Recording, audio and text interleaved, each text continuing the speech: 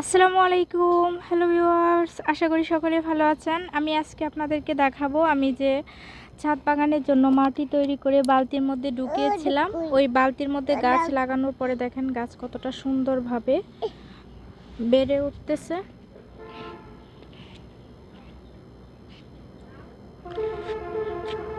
এটা হচ্ছে লাউ গাছ। দেখেন ছাদের মধ্যে উঠে আব্দুল্লাহ কি করতেছে। এই যে ওই পাশেও কিছু গাছ রয়েছে, ওইগুলো লাউ গাছ।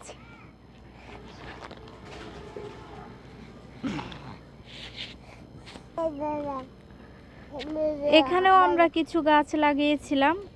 এখানে রয়েছে শসা গাছ, টমেটো গাছ,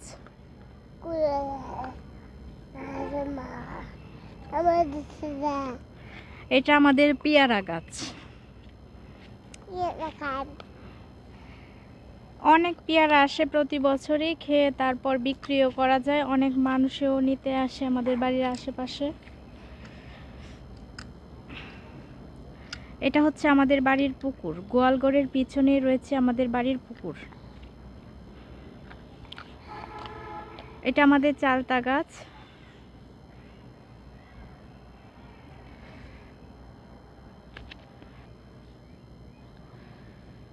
ছাদের নিচেও রয়েছে অনেকগুলো আম গাছ, জাম গাছও রয়েছে, আতা ফল গাছও রয়েছে।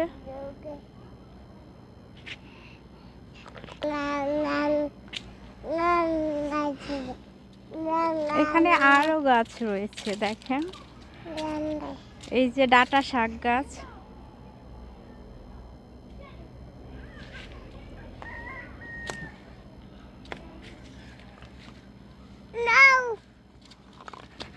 এই যে এখানে রয়েছে শসা গাছ।